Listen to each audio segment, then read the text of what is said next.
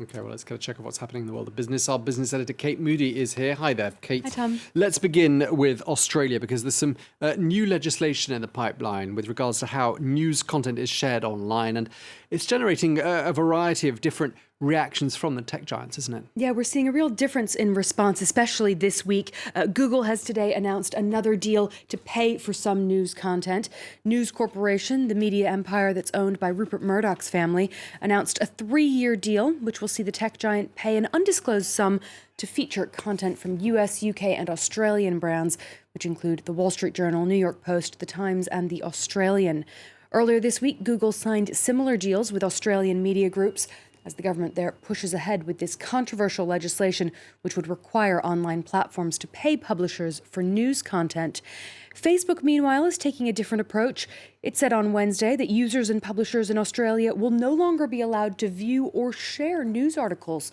The social media giant argues that it actually helps media groups share their content, and that the legislation fundamentally misunderstands the relationship between tech platforms and publishers. The British government has said it will provide vaccine passports for its citizens if they're required in order to travel abroad, but that it won't make proof of vaccination part of its domestic agenda. Some companies are looking into making the shots mandatory for their employees, a controversial stance that could flout rules against discrimination. Yenna Lee explains. Vaccine passports to travel abroad, but not to go down to your local pub. This is how the UK government sees its way out of the COVID-19 pandemic.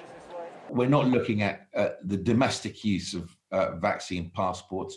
That's not in our planning. As I said, as the Prime Minister described, it'll be the national vaccination programme combined with rapid testing that I think is the way forward. Zahawi admitted, though, that private businesses could very well demand proof of vaccination from employees. One nationwide care home operator and a London-based plumbing company have already publicly announced no jab, no job policies. But employment lawyers are divided over the legality of such strategies. On the one hand, management could argue vaccines ensure workplace safety. On the other, it could be seen as discriminatory. Most of all, employers would be asking sensitive medical information from their employees. Meanwhile, major trade organisation CBI says the focus should be on workplace testing instead. Workplace testing is gaining momentum, but far more firms need to be encouraged. That's where the business focus is right now, rather than clamoring for the introduction of a domestic vaccine passport. So far, more than 15 million people have received their first dose in the UK, a relatively successful campaign that has boosted employers' confidence.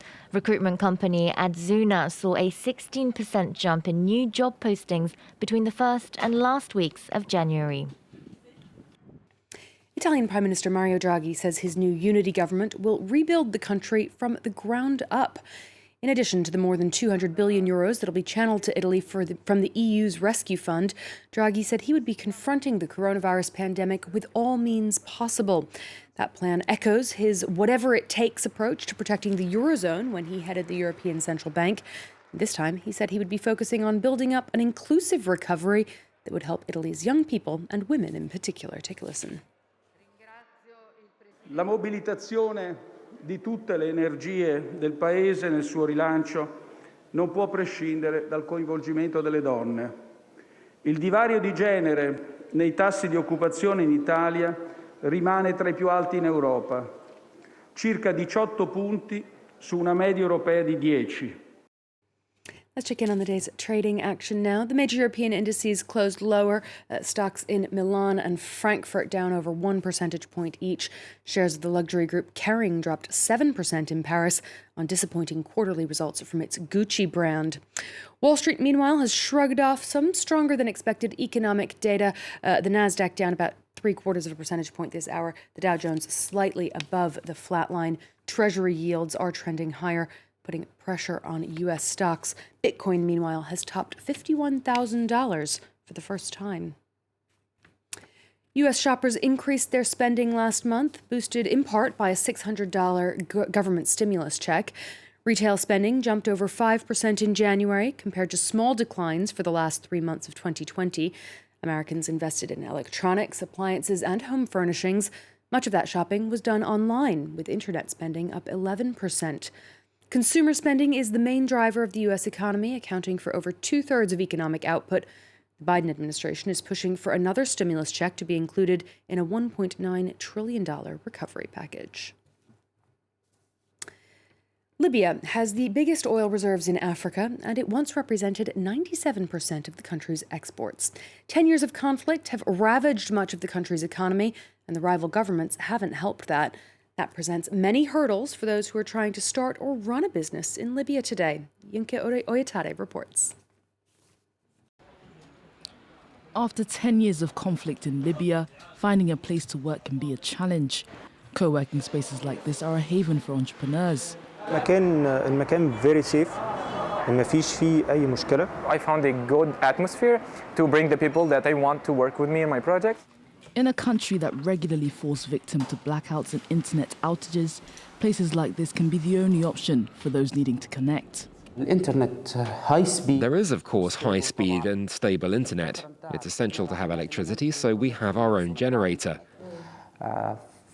When there's an internet outage, when we don't have electricity, we thought about solar panels as well as inverters. Libya's economy has been left in tatters by the ongoing civil conflict. An estimated 33% of Libyans live at or below the poverty line. The theft of copper from power lines causes regular blackouts. An outbreak of violence in Tripoli 2 years ago left this business in limbo. In the first quarter of the war, sometimes we closed and sometimes we were open. We didn't know when those random bombings would happen. Before the conflict, Libya was a relatively wealthy country with the largest oil reserves in Africa. They represent 60% of the country's economy. But the pandemic hit oil prices hard.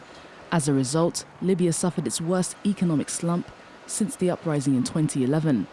The World Bank estimates that its GDP dropped by 41% in 2020. And of course, France 24 covering that important 10-year anniversary of the start of the uprising in Libya today. Yeah, very much a bittersweet anniversary as well. Thank you so much, our business editor, Kate Moody. Thank you for that. Do stay with us. I'll be back in about 3 minutes from now. Don't go away.